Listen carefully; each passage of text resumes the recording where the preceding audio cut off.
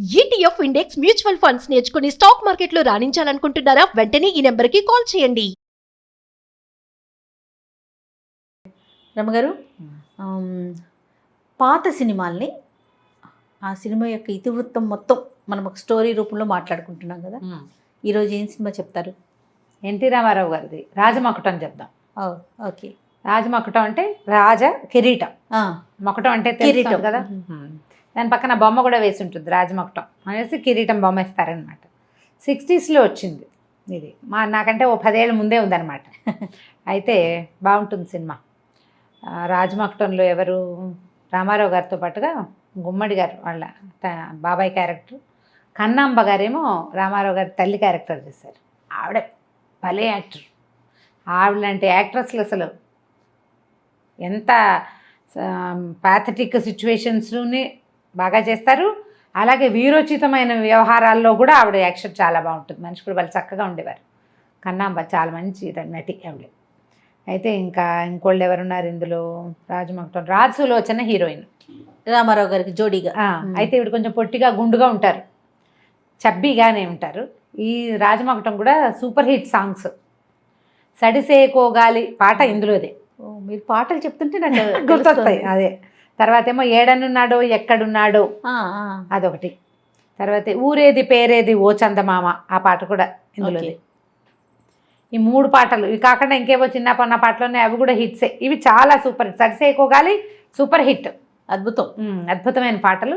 Background music బాగుంటుంది. Cinema కథ కూడా రాజుల కథ, మనం అవే తీసుకుంటున్నాం ఎక్కువగా. అవునవును. అయితే ఇది గాంధార దేశానికి ఒక రాజుగారు, ఆయనకు ఒక తమ్ముడు ఉన్నాడు. రాజుగారికి ఒక అబ్బాయి, మా తమ్ముడికి ఒక అబ్బాయి ఉన్నాడు. తమ్ముడే సర్వసైన్యాధ్యక్షుడు, ప్రచండు అతని పేరు. ఈ రాజుగారిది కుమారుడేమో విద్యల కోసం ఋష్యాశ్రమం అంటే గురువుగారి దగ్గర ఉంటాడు, ఏమంటారు గురుకులంలో ఉంటాడు. ఇక్కడేవో సమ్ ఉత్సవాలు జరుగుతాయి ఊళ్ళో. ఆ ఉత్సవాల్లో రాజుగారిని ఎవరో కత్తి విసిరి హత్య చేస్తారు. కత్తి విసిరేస్తారు. సైన్యాధ్యక్షుడు ఉన్నాడు కదా తమ్ముడు, ప్రచండుడికి బజరంగ బాబు అని ఒక కుమారుడు ఉంటాడు. వీడు కొంచెం అమాయక పిల్లవాడు, కానీ వాడికి రాజు అయిపోదామని ఉంటుంది. ఆ క్యారెక్టర్ పద్మనాభం గారు చేశారు, బాగుంటుంది. ఆయన క్యారెక్టర్ కూడా బాగా చేశారు, యాక్షన్ బాగుంటుంది. అక్కడి నుంచి ఈ రాజు మరణిస్తాడు. ఎక్కడో గురుకులంలో ఉన్న పిల్లవాడికి వార్త వెళ్ళి కుర్రాడు వచ్చేదాకా ఇక్కడ అంత్యక్రియలు ఆగవు. ఓహో, చేసేస్తారా? అంత్యక్రియలు చేసేస్తారు, కబురు వెళ్తుంది. చాలా దుఃఖపడతాడు. అయితే గురుగారు ఓదారుస్తారు, నాయన నువ్వు అతని పేరు ప్రతాపసింహుడు, నువ్వు జాగ్రత్తగా ఉండు, మీ అమ్మ భర్తృ దుఃఖంలో ఉంది, ఆవిడని చూసుకోవాలి, రాజ్యభారం నీ మీద ఉంది. మరి కుమారుడే కదా రాజు అవుతాడు లెక్క ప్రకారం. ఇంటికి వెళ్ళమని పంపిస్తారు. తీసుకెళ్ళడానికి కొంత సైన్యం వెళ్తుంది, కొద్దిమంది వెళ్తారు. సైన్యంగా ఏం పంపరు, ఒక చిన్న గుంపు వెళ్ళేది. వచ్చేటప్పుడు మధ్యలో విడిది చేస్తారు. అదేం దగ్గర కాదు గురుకులం. అప్పుడంతా ప్రయాణాలు ఏమిటి, గుర్రాల మీద. రాత్రి అయితే ఆగిపోవాలి, దీపాలు లైట్లు ఉన్న రోజులు కావు కదా. ఎక్కడో విశ్రాంతికి ఆగుతారు. అక్కడ రాజకుమారుడి మీద కూడా హత్యా ప్రయత్నం జరుగుతుంది. అయితే అందరూ చచ్చిపోతారు, కుర్రాడు మిగులుతాడు. ఒక కత్తి దొరుకుతుంది, అంటే హత్యా ప్రయత్నం చేసిన కత్తి మాత్రం ఆ గుడారంలో దొరుకుతుంది. ఆ కత్తి జాగ్రత్త పెట్టుకుంటాడు, దెబ్బలు తగులుతాయి, ఒక చెట్టు కింద పడిపోతాడు. ఆ దారిన పోతున్న ఒక పల్లెపడుచు, బండి మీద వెళ్తున్న అమ్మాయి ఇతన్ని రక్షించి బండెక్కించుకుంటుంది. ప్రమీల అమ్మాయి పేరు. నువ్వెవరు ఏమిటని అడిగితే ఇతను రాజకుమారుడిని అని రివీల్ చేయకుండా పరదేశిని అని చెప్తాడు. ఎవరు లేరు పరదేశిని అంటే, మా అన్నయ్య నగరంలోనే ఉద్యోగం చేస్తున్నాడు, నీకు తప్పకుండా సహాయం చేస్తాడు, రమ్మంటుంది తమతో పాటు. ఇంకోసారి వస్తానంటాడు, ఊళ్ళోకి వెళ్ళిపోతాడు, లోపలికి వెళ్ళిపోతాడు. ఈయన ఇది అక్కడ హత్య జరిగిపోయి ఉంటుందని ఇక్కడ అనుకుంటారు, కానీ అట్లా జరగదు. వచ్చేసేసరికల్లా ఇక తల్లిని కావలించుకుని దుఃఖపడతాడు. ఎవరు ఇట్లా ఎలా జరిగింది అనేసరికల్లా కొంతమంది పట్టుపడ్డారని చెప్తాడు బాబాయ్. కొంతమంది పట్టుపడ్డారు అంటే వాళ్ళందరినీ ఉరిదీసేయండి అంటాడు. రాజుని సంహరించడం ఏమిటి, రాజహత్య మామూలు హత్య కాదు, మామూలు ఇది కాదు, అంటే ఒప్పుకోదగిన నేరం కాదు అనేసరికల్లా ఈ యువరాజు ప్రతాపసింహుడి పేరు మీదే మొత్తం 25 మందినో 15 మందినో ఉరిదీస్తారు. ఈ ఊరి తీసేసరికల్లా ఈ ఊరి తీసిన వాళ్ళందరూ నిర్దోషులే. వాళ్ళ కుటుంబాల వాళ్ళంతా రాజు మీద తిరగబడాలనుకుంటారు, విప్లవకారులు అయిపోతారు. వీళ్ళలో ఎవరికి రాజహత్యతో సంబంధమే లేదు, కానీ నిర్దోషులే ఉరిదీయబడ్డారు. ఇప్పుడు నిర్దోషులు అవునో కాదో వాళ్ళకేం తెలుసు, వీళ్ళకేం తెలుసు, ఎవరు చేశారో ఎవరికీ తెలియదు. రోజులు గడుస్తున్న కొద్దీ ఈ యువరాజు మీద హత్యా ప్రయత్నాలు పెరుగుతాయి.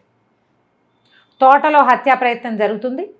ఆ హత్యా ప్రయత్నంలో అతనికి తెలిసిపోతుంది ఈ హత్యా ప్రయత్నం చేసింది బాబాయేనని. ఓహో. రాజును సంహరించింది కూడా బాబాయే. తన కొడుకుని రాజును చెయ్యాలి. సొంత అన్నని. సొంత అన్ననే చంపేశాడు. అక్కడి నుంచి ఇతను లోపలికి వెళ్తాడు. తల్లితో చెప్తాడనమాట రాజకుమారుడు, నేను బాబాయిని చంపేస్తానంటే తల్లి ఒప్పుకోదు. నువ్వు మీ నాన్న హత్యకి ప్రతీకారం కొడుకే తీర్చుకోవడం కంటే సంతోషకరమైన విషయం ఇంకోటి లేదు. కానీ ఇప్పుడు నువ్వు ఎలా ఉన్నావు, పంచాగ్ని మధ్యంలో ఉన్నావు నువ్వు. ఈ మొత్తం నగరులో ఎంతమంది అతని అనుయాయులో మనకు తెలియదు. అడుగు కదిపే అవకాశం లేదు ఇక్కడ. మన నమ్మకస్తులు ఎవరో మనకు తెలియదు. పైగా రాజుని ఫాలో అయ్యే వాళ్ళని 25 మందిని ఉరిదీశాడు. నీ పేరు మీదే ఆ హత్యాకాండ అంతా చేయించాడు. ఉరిదీసింది అతను, అరెస్ట్ చేసింది అతను, ఉరిదీసింది అతను, కానీ పేరేది యువరాజుది. ప్రజల్లో నీకు ఏమి ఇది లేదు, వ్యతిరేకత వచ్చేసింది. ఇక్కడ కొలువులో ఇక్కడ ఉన్న వాళ్ళలో ఎవరు అతని వాళ్ళో ఎవరు మన వాళ్ళో తెలియదు. ప్రజల్లోకి వెళ్ళి తెలుసుకోవాలి. నిశ్శబ్దంగా ఉండమని కొడుకుని ఆవిడ తెలివిగా అతన్ని లొంగదీసేస్తుంది, వద్దని. ఇతను మెల్లిగా బయటకి వెళ్ళటం మొదలు పెడతాడు.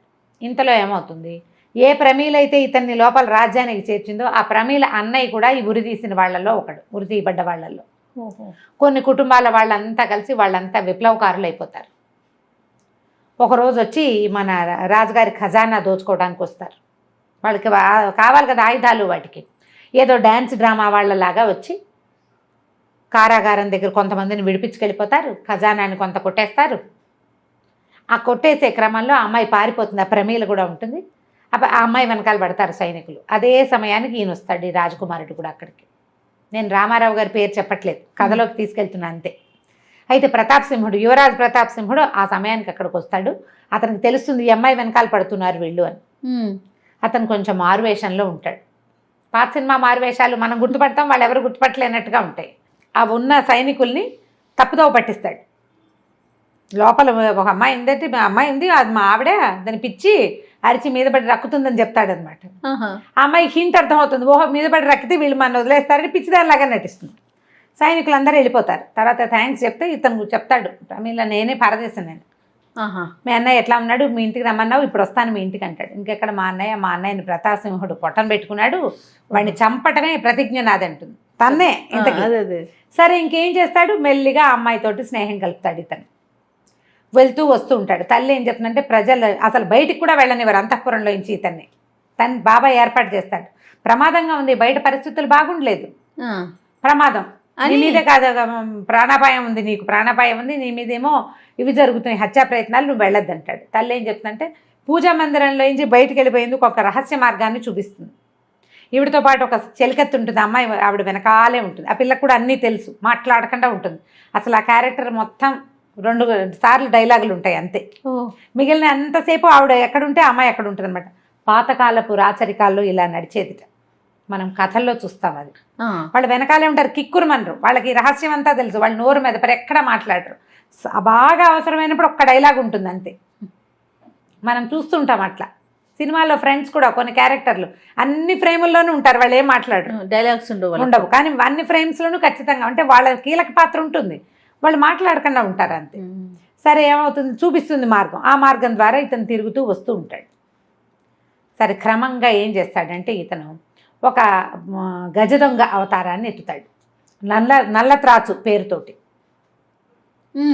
మొత్తం రూపం మార్చుకుంటాడు. మొహానికి ఒక ముసుగు వేసుకుంటాడు. గుర్తుపట్టలేని పోలికే, మామూలు బట్టలు కాదు, బట్టలు వేరుగా ఉంటే మొహానికి ఒక ముసుగు కూడా ఉంటుంది. ముసుగు లోపల మాట్లాడితే వాయిస్ గుర్తుపట్టలేకపోతాం. వీళ్ళంతా ఈ విప్లవకారులంతా ఇతనికి దగ్గర అవుతారు. రాజును చంపటం ఒక ఇది కాదు, రాజును చంపడం పెద్ద విషయం కాదు, రాజును కాదు చంపవలసింది, ఈ లక్షణం పోవాలి, ప్రజల్ని పీడించే గుణం రాచరికంలో పోవాలంటాడు. కొంతమంది సాటిస్ఫై అవుతారు. కాకపోతే ఇతను ప్రమీలతో క్లోజ్ అవుతున్నాడని వాళ్ళలో ఒక సూరసేనుడు అని ఉంటాడు. అతనికి కొంచెం కోపం వస్తుంది. రాజనాల్ గారు చేశారు ఆ క్యారెక్టర్, అతనికి నచ్చదు. ఈ అమ్మాయి అంటే అతనికి ఇష్టం. వీళ్ళిద్దరూ క్లోజ్ అవ్వడంతో అతనికి కొంచెం చిరాగ్గా ఉంటుంది. ఇతన్ని తప్పు చేద్దామని చూస్తాడు కానీ కుదరదు. ప్రతిసారి అతనే గెలుస్తున్నట్టుగా కనపడతాడు. అక్కడి నుంచి రాజుగారిని సింహాసనం ఎక్కిస్తారు ఈ యువరాజుని. పట్టాభిషేకం చేసే రోజున ఇతనికి మత్తుమందు కలిపి ద్రవం ఇవ్వడానికి మద్యం ఇవ్వడానికి ట్రై చేస్తారు. మధుపాత్ర ఇచ్చేసరికల్లా తమ్ముడికి తాగిచ్చాలని చూస్తాడు. తమ్ముడు తీసుకోడు. ఇతనే మెల్లిగా అది పారబోసేసి అది తాగేసి తనకి పిచ్చెక్కినట్టు నటించడం మొదలు పెడతాడు. పిచ్చెక్కితే ఈయన బాబాయ్ అడుగుతాడు వైద్యుడిని, అదేమిటి నువ్వు ఇచ్చిన మందు చచ్చిపోతాడు అన్నావు, వీడు చచ్చిపోలేదంటే ఏం కాదండి, మీరు నేనేమో నిమ్మరసంలో కలిపిమ్మన్నాను, మీరు ద్రాక్ష రసంలో కలిపించారు, అనుపానం మారింది కాబట్టి అందుకు మారింది, పిచ్చెక్కింది, కుంగి కృషించి నశించిపోతాడు, మెల్లిగా చచ్చిపోతాడు అంటే సరే అనుకుంటారు. పిచ్చి అక్కడ నటిస్తాడు కానీ ఆయనకి పిచ్చి లేదు, మందే తాగల అసలు. అదేలేండి. పిచ్చి పేరుతోటి ఈయన అంతఃపురంలోనే ఉంటాడు. లోపల నుంచి బయటికి వెళ్ళిపోతాడు అనమాట. క్రమంగా ఏమవుతుంది, వాళ్ళు ఇక్కడికి రావడానికి ప్రయత్నం చేస్తారు. నేను ఒకసారి రాజుని హత్య చేయడానికి, రాజు మీద కత్తి విసరటానికి, ఇట్లా రకరకాల ప్రయత్నాలు చేస్తారు. ఎక్కడా సక్సెస్ కారు. చివరికి ఈ నల్లత్రాచును ఎలాగైనా ఈయన రాజుగారికి అప్పచెప్పించేసేయాలని ఇతను ఆ సూరసేనుడు ప్రయత్నం చేస్తాడు. వచ్చి చెప్తాడు, నేను పట్టిస్తాను, అమ్మాయిని పట్టిస్తాను, వీడిని పట్టిస్తానని. అమ్మాయి దొరకదు. ఇతన్ని పట్టించడానికి ప్రయత్నం చేస్తారు. ఇతనే నల్లత్రాచని ప్రూవ్ చేసేస్తారు వాళ్ళంతా కలిసి. రాజనాలనే గుండు చేయించేస్తారు. మంత్రశక్తులు ఉన్నాయని నమ్మిస్తాడు. తనే నల్లత్రాచుగా యాక్ట్ చేస్తాడు. ఆ గదిలో ఉంటారు. తనే 2 క్యారెక్టర్లు మాట్లాడతాడు. పిల్లిగా మారిపోయి వెళ్ళిపోయాడు నల్లత్రాచు అని చెప్తాడనమాట. వాడికి ఏవో మాయమంత్రాలునే, తాంత్రికుడు వాడు, మహాశక్తికి బలిస్తాడు. అలాంటి నమ్మకాలు ప్రబలేలాగా చేస్తాడు. చివరికి తెలిసిపోతుంది ఆయనకి, వీళ్ళు తల్లి కొడుకు కలిసి నటిస్తున్నారు అని. ఓకే. నల్లత్రాచును పట్టారు, ఉరి తీస్తున్నారు అనగానే రాణి కంగారు పడుతుంది. తెలుసు ఆవిడికి తన కొడుకే నల్లత్రాచు అని. ఆవిడ పరిగెత్తుకుంటూ రాబోతే ఆ ద్వారపాలకుడి వేషంలో నిలబడి ఉంటాడు కుమారుడు. ఏం కాదు, నేను ఇక్కడే ఉన్నాను, నువ్వు ధైర్యంగా ఉండమంటే బాబాయ్ అప్పుడే వస్తాడు. అక్కడి నుంచి నల్లత్రాచుని చంపేస్తున్నావు వదిన గారు అని ఈవిడికి చెప్పి, పిల్లాడికి ఎలాగో కుమారుడు లేడు, ప్రతాపసింహుడు హత్య చేయబడ్డాడు. అదే ఆయన ఎత్తుపోయాడు నల్లత్రాచు, అదే ప్రూవ్ చేస్తారనమాట. కాబట్టి అతను లేడు, బజరంగ బాబుకే మనం పట్టాభిషేకం చేయాలి, మరి కుమారుడు ఉన్నాడు కదా ఈ పిల్లాడు అని ఆవిడని లోపలికి పంపిస్తాడు. ఇతన్నేమో లోపలికి రమ్మని పిలిచి, మహారాణితో నువ్వేం మాట్లాడుతున్నావు అని అడిగి ఇతన్ని కొట్టబోతాడు. కొట్టేసరికల్లా మొహం మీద వేసుకున్నటువంటి ఆ మీసాలు అవన్నీ ఊడిపోతాయి. ఇతనే ప్రతాపసింహుడేనని నీకు తెలుసుకుని ఆయన ఏం చేస్తాడంటే ఇతన్ని ఒక పాతాళ గృహంలో బంధించేస్తాడు. కథ అంతా డ్రమాటిక్గా నడుస్తూ ఉంటుంది. ఇతనితో పాటుగానే ఆ వేషం వేసుకుని లోపలికి వస్తుంది ప్రమీల. ఇతన్ని పట్టుకెళ్ళిపోవటం గమనించుకుని అక్కడికి వచ్చి అతన్ని రక్షిస్తుంది. నీళ్ళలో ఇక్కడ దాకా నీళ్ళు వచ్చేస్తాయి. నీతో పాటు మీ అమ్మని కూడా నేను సజీవ సమాధి చేస్తానని చెప్తాడు బాబాయ్. ఇద్దరిని కాపాడుతారు. ఈ అమ్మాయి వచ్చి ఏం చేస్తుందంటే తల్లి అక్కడే ఉండిపోతుంది. ఆవిడ ఏం చేస్తుంటే రాజమొకటానికి పూజ చేసుకుంటుంది. చేస్తే కిరీట పూజ చేయాలి, ఇవ్వండి అని తీసుకుంటాడు. తీసుకుని ఇక మీరు ఇక్కడ ఉండాల్సిందే, ప్రతాపసింహుడి శరీరాన్ని మీకు బహుమతిగా ఇస్తానని చెప్తాడు. ఆవిడ స్పృహ పడిపోతుంది. బయట గడి పెట్టేసరికి ఈ దాసి ఈ పిల్ల ఒకటి వెనకాల తిరుగుతుంటుంది కదా, దానికి అర్థం కాదు. అక్కడేమో వాడికి ఇదైపోతుంది, రాజకుమారుడు ఏమైపోయాడో తెలీదు, యువరాజు ఏమయ్యాడో తెలీదు. ఈవిడేమో లోపలే ఉండిపోయింది, తలుపు తీయొద్దని ఆజ్ఞ ఉంటుంది. ఆ పురాతనంగా ముందు వాళ్ళు లోపల నుంచి బయటకు వెళ్ళే మార్గం ఉంటుంది కదా, ఆ మార్గం ద్వారా లోపలికి వస్తుంది. లోపలికి వచ్చి మహారాణికి మొహం మీద నీళ్ళు చల్లి ఈవిడిని లేపి తీసుకెళ్తుంది. ఆ రాజసభలో ఆ కుర్రాడికి కిరీటం పెట్టే టైంకి ఈవిడ వెళ్తుంది. ఈవిడ వెళ్ళి నా కొడుకు ఏమయ్యాడో చెప్పు, నా కొడుకు నాకు అప్పచెప్పేసేయి, మా దారిని మేము వెళ్ళిపోతాం, నువ్వే తీసుకో, చచ్చిపోయిన వాడిని ఎలా ఇవ్వను, నువ్వు చచ్చిపోయాడు నల్లత్రాచు తీసుకెళ్ళిపోయాడు కదా అంటాడు. వీళ్ళు సృష్టించిద్దే చివరికి అది అట్లా అయిందనమాట. అయ్యేసరికి ఇక ఆవిడ అరిచి కేకలు పెడుతుంది, ఊరుకోదు. ఒక్కొక్కళ్ళు ఏమనుకుంటారంటే ప్రజలందరికీ ఏం తెలుసు, ప్రతాపసింహుడిని నల్లత్రాచు పట్టుపోయాడు, చంపేశాడు, ఈవిడేదో పిచ్చిది అయిపోయింది, పిచ్చిగా మాట్లాడుతోంది అంటాడు. అనేసరికల్లా ఆవిడ ఊరుకోదు. కన్నాంబ గారి యాక్షన్ చూసి తీరాలి. అప్పుడు చాలా బాగా యాక్ట్ చేస్తారు. సరే అమ్మాయి ప్రమీల వెళ్ళి ఆ నీళ్ళల్లో నుంచి అతన్ని బయటికి తీసుకొచ్చేస్తుంది. ఇద్దరు కలిసి బయటకు వచ్చేస్తారు. సరిగ్గా ఈ తల్లిని పట్టుకునేసరికల్లా బాణం వేస్తాడు. మహారాణిని ముట్టుకున్నవాడు బాణం తగులుతుంది. దాంతో ఇక వెంటనే యుద్ధం మొదలు వెళ్తాడు. ముసుగు తీసి చూపిస్తాడు. అందరు ఆశ్చర్యపోతారు. ఈ నల్లత్రాచుని ఫాలో అవుతున్నటువంటి ఒక విప్లవ వీరుల గుంపు వచ్చిందా, వాళ్ళు ఆశ్చర్యపోతారు. మనతో పాటు తిరుగుతున్న వాడే యువరాజు అని. ఇప్పుడు ఆవిడ ఇతను చేసిన పనులన్నీ ఏకరు పెడుతుందన్నమాట. మీ అన్నయ్యని నువ్వే చంపించావు, ప్రతాపసింహుడి పేరు మీద హత్యాకాండ నువ్వే చేసావు, అన్నిటికీ ఒప్పుకుంటారు. అన్నీ అది నిజం. ఏమైనా సరే ఇంకా చేసేదేం లేదు. ప్రజలకు అర్థమైపోతుంది, అక్కడ సభలో ఉన్న వాళ్ళందరికీ క్లియర్గా తెలుస్తుంది యువరాజు తప్పు లేదు ఇందులో అని. అక్కడి నుంచి బాబాయ్ని అంటాడు, నువ్వు వీరుల వంశంలో పుట్టావు, చచ్చేటప్పుడైనా వీరుడిగా చచ్చిపో, నువ్వు చేసినవే వెధవ పని. సొంత అన్నని చంపుతారా ఎవరైనా రాజ్యం కోసం? అప్పుడు ఇద్దరు కొంచెం కత్తి ఫైటింగ్ అవి నడుస్తాయి. అయితే గుమ్మడి గారు రామారావు గారు ఇద్దరు ఫైటింగ్ చేశారని అనిపించదు, డూపులు ఉండుంటారు ఇద్దరికి బహుశా. అవన్నీ ప్రాక్టీస్ ఉన్న వాళ్ళు కాదు కదా, ఇప్పుడంటే చక్కగా కుర్రాళ్ళు అన్ని ఫైట్లు చేసేస్తున్నారు మన హీరోలు, కానీ అప్పుడు కొంచెం తక్కువగా ఉండేది కదా వాళ్ళిద్దరు ఫైటు. మనం మామూలుగా గుమ్మడి గారిని సాత్వికమైన క్యారెక్టర్స్లో చూస్తాం కదా, ఇందులో ఒక క్రౌర్యము అవి కనపడేయాక ఎంత బాగా చేస్తారో. మనం ఒకరోజు ఈ సినిమా చూసి మరుసటి రోజున ఈ మన మహామంత్రి తిమ్మరుసు అవి చూస్తే భలే ఉంటుంది. ఎంత బాగా చేశారు అనిపిస్తుంది. చాలా వేరియేషన్ కనపడుతుంది. అంత సాత్వికమైన క్యారెక్టర్స్ చేసే మనిషి ఇలా అట్లా క్రూరమైన క్యారెక్టర్లు చేయటం. ఇదే కాదు, వాగ్దానం అని ఒక సినిమా ఉంది నాగేశ్వరరావు గారిది, అందులో కూడా అయింది విలన్ క్యారెక్టరే గుమ్మడి గారిది. ఓకే. మేము అంతకుముందే ఏదో 2-3 మంచి మంచి సినిమాలు చూసాం, పాత సినిమాలు, వారానికి కూడా చూసేవాళ్ళం అప్పట్లో థియేటర్లో. ఈ వాగ్దాన సినిమా చూస్తే నాకు నచ్చలొచ్చి గుమ్మడి గారిని ఇలా చూపించారేంటి వీళ్ళు చిన్నప్పుడు అలా అనిపించేది. ఆయన మంచివాడు కదా, అదే ఇలా కనపడుతున్నాడు ఏమిటని. బాగుంటుంది, బాగా చేస్తారు. తర్వాత ఇంకేముంది, ఈ రాజసులోచనని పెళ్లి చేసుకుంటాడు ఆయన. వాళ్ళు ఈ అమ్మాయి ఉంది కాబట్టి ఇతను బతికొచ్చాడు, లేకపోతే బతికేవాడు కూడా కాదు. ఒక సాధారణ గ్రామీణ యువతని పెళ్లి చేసుకుంటాడు యువరాజు. నేను ఎప్పటికీ ప్రజల్లో వాడినే అని చెప్తాడు. గాంధార రాజ్యానికి రాజు అవుతాడు. అదే రాజమకుటం కథ. ప్రింట్ బాగానే ఉంటుంది, మనకి అప్పుడప్పుడు టీవీలో వస్తుంది కూడా. చూసిన వాళ్ళు మళ్ళీ చూడండి, ఇప్పటిదాకా చూడని వాళ్ళు ఒక్క రవ్వ స్లోగా ఉంటుంది సినిమా. నేను గబగబా చెప్పేసా కదా, ఏ వివరాలు ప్రమీలకు చెప్పడు అతను. నేను మీరు అడగనకూడదు, నేను చెప్పనకూడదు అంటాడు. ఓహో. పాటలు పిక్చరైజేషన్ సూపర్గా ఉంటుంది. రాజసులోచన గారు కాస్త పొట్టిగా గుండుపిక్కలాగా ఉన్నట్టు కనపడతారు, కానీ పాటలు బాగుంటాయి. డ్యాన్స్ బాగుంటుంది ఆవిడది. మనిషి కొంచెం స్థూలంగా బొద్దుగా ఉంటారు, కానీ బాగుంటుంది సినిమా. ఓవరాల్గా ఇలా ఒక రాజకుమారుడి కథ సుఖాంతం అవటం. మనం బాహుబలి చూసాం, ఇంతే కదా. అవును, సుఖాంతమేగా అయింది. చాలా బాగుంది. అంతే.